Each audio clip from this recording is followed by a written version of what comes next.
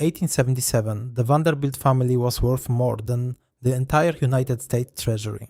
Let that land for a moment. One family, more money than the federal government. Cornelius Vanderbilt, a rough, uneducated ferry boy from Staten Island, had built the largest fortune in American history from nothing but sheer ruthlessness and an obsession with winning that bordered on madness. When he died, he left his heirs $100 million. In today's money, that is over $2.5 billion. His mansions lined Fifth Avenue. His name was on universities, train stations, and newspapers. The Vanderbilts were not just rich. They were America itself. 48 years later, when the family held its first ever Vanderbilt family reunion in 1973, not a single one of the 120 descendants who attended was a millionaire. This is the story of how that happened. Cornelius Vanderbilt did not believe in inherited wealth. He said it openly, repeatedly, and with contempt for anyone who disagreed. Money, he believed, was earned through dominance, not passed down through bloodlines. He was born in 1794 on Staten Island to a family so poor his mother had to lend him $100 to buy his first boat. He was 11 years old. By 12, he was ferrying passengers across New York Harbor.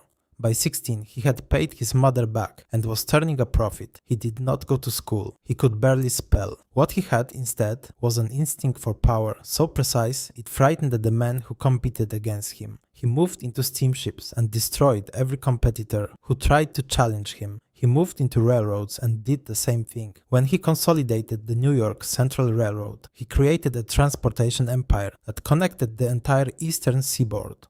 Cities depended on him, politicians feared him. He charged whatever he wanted because there was no one left to stop him. By the time he died in 1877 at age 82, he had built something no American had ever built before. And then he handed it to his son, William. Henry Vanderbilt was everything his father was not. Where Cornelius was aggressive, William was cautious. Where Cornelius built, William consolidated. He took his father's $100 million, doubled it to $200 million in 8 years through careful railroad management, and then did something that would begin the unraveling of everything. He started spending, not modestly, not reasonably. William Henry Vanderbilt spent money the way his father made it, with total commitment and zero restraint. He commissioned a mansion on Fifth Avenue so large that it took up an entire city block. He filled it with European art, marble staircases, and rooms designed to make European aristocrats feel inadequate. His children watched, and they learned the wrong lesson entirely. The generation that followed William Henry Vanderbilt did not inherit his caution. They inherited only the wealth and the appetite. Cornelius Vanderbilt II built the breakers in Newport, Rhode Island, 70 rooms. Italian Renaissance architecture, a staff of 40 servants just for the summer season. It cost the equivalent of $150 million in today's money. It was used for 3 months a year. His brother William Kissam Vanderbilt built Marble House, also in Newport, also used for 3 months a year. His wife Alva spent the equivalent of $11 million on a single fancy dress ball in 1883, just to force New York society to acknowledge the Vanderbilts as equals to the old aristocracy. They were not buying homes, they were buying legitimacy. And legitimacy, it turns out, has no bottom. By the 1890s, the Vanderbilt family was maintaining 11 mansions simultaneously. Each one required armies of servants, constant upkeep, and operating costs that consumed fortunes year after year, regardless of whether anyone was living in them. Cornelius Vanderbilt II once told a reporter he had no idea how much money he spent annually. He was not joking. There was a second problem, and it was more dangerous than the spending.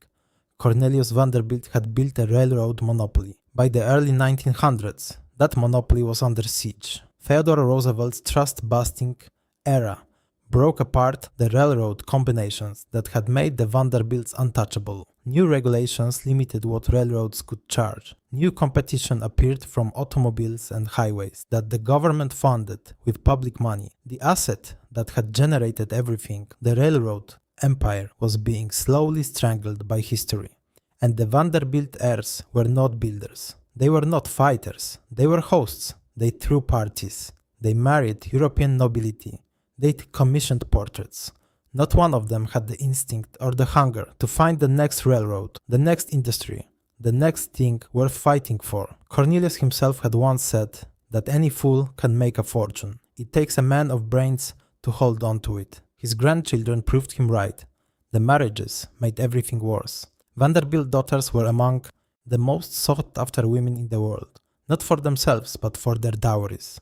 European aristocrats with ancient titles and empty bank accounts crossed the Atlantic specifically to find American heiresses.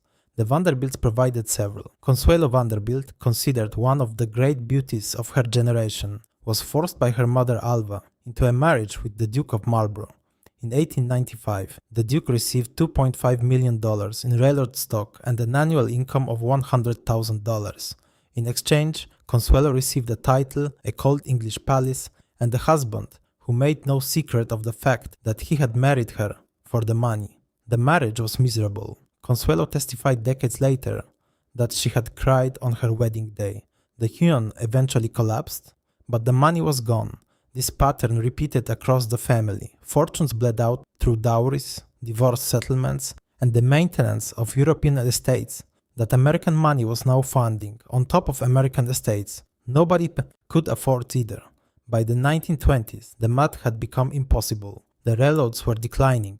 The mansions were consuming. The family had multiplied across 4 generations into dozens of branches, each inheriting smaller and smaller pieces of the original fortune. There was no Cornelius left to make more. There was only division and subtraction. The Vanderbilt mansions began to fall one by one. The great Fifth Avenue mansion, the one that had announced the family's arrival to New York society, was demolished in 1926 and replaced with a commercial building. Then another mansion came down. Then another. Newport's Marble House was donated to a preservation society because the family could no longer afford its upkeep. The breakers survived only because Cornelius Vanderbilt II's daughter Gladys agreed to open it to the public for admission fees. The houses that had been built to project eternal dominance were now museums charging tourists $5 to walk through the rooms where the family used to live. Gloria Vanderbilt was born in 1924 into a family already in collapse. Her father, Reginald Vanderbilt, had drunk through his inheritance and died of liver failure when she was 18 months old. He left $5 million in debts and a daughter with a trust fund that her relatives immediately began fighting over. The custody battle that followed was one of the most brutal in American legal history. Her mother, a young socialite with no maternal instincts and a string of European lovers, fought her aunt for control of Gloria and her trust. The newspapers covered every day of the trial. It was the O.J. Simpson case of 1934, complete with accusations, counter-accusations, and a 10-year-old girl sitting in a courtroom, listening to adults argue about who owned her. The aunt won. Gloria grew up under guardianship, surrounded by wealth she could not access, in a family that had turned her childhood into a legal transaction. She survived it. She built her own career as a designer, artist, and writer. She became the most famous Vanderbilt of her generation, not through inheritance, but through work, which was something Cornelius himself would have respected. But she was the exception. The family had no system for producing exceptions. The final accounting is almost incomprehensible. In 1877, the Vanderbilt fortune was the largest private fortune in American history, $100 million, untouchable, seemingly permanent. By 1973, when 120 Vanderbilt descendants gathered for the first family reunion ever held, not one of them was wealthy by any meaningful definition. The fortune that had taken one man 30 years to build had taken his heirs less than a century to dissolve completely. Anderson Cooper, Cornelius Vanderbilt's great-great-great-grandson and Gloria's son, has said publicly that he received no inheritance. His mother told him she did not believe in inherited wealth. She had learned that lesson the hard way. She had watched what inherited wealth actually produced: the lawsuits, the demolished mansions, the cold English marriages, the drinking, the custody battles, the slow, grinding reduction of something extraordinary into nothing. Cornelius Vanderbilt built an empire because he had nothing and wanted everything. His heirs had everything and wanted nothing badly enough to keep it. That is not a story about money, it is a story about hunger. And what happens to a family when the hunger dies, but the fortune has not yet caught up with the loss. The Vanderbilts did not lose their money. They simply stopped being the kind of people who could hold on to it. And in America, that is the only thing that was ever required. If this one hit different, subscribe. Every week we go deep on the dynasties that shaped history and the ones that collapsed under their own weight. The story is never just about the money. It never is.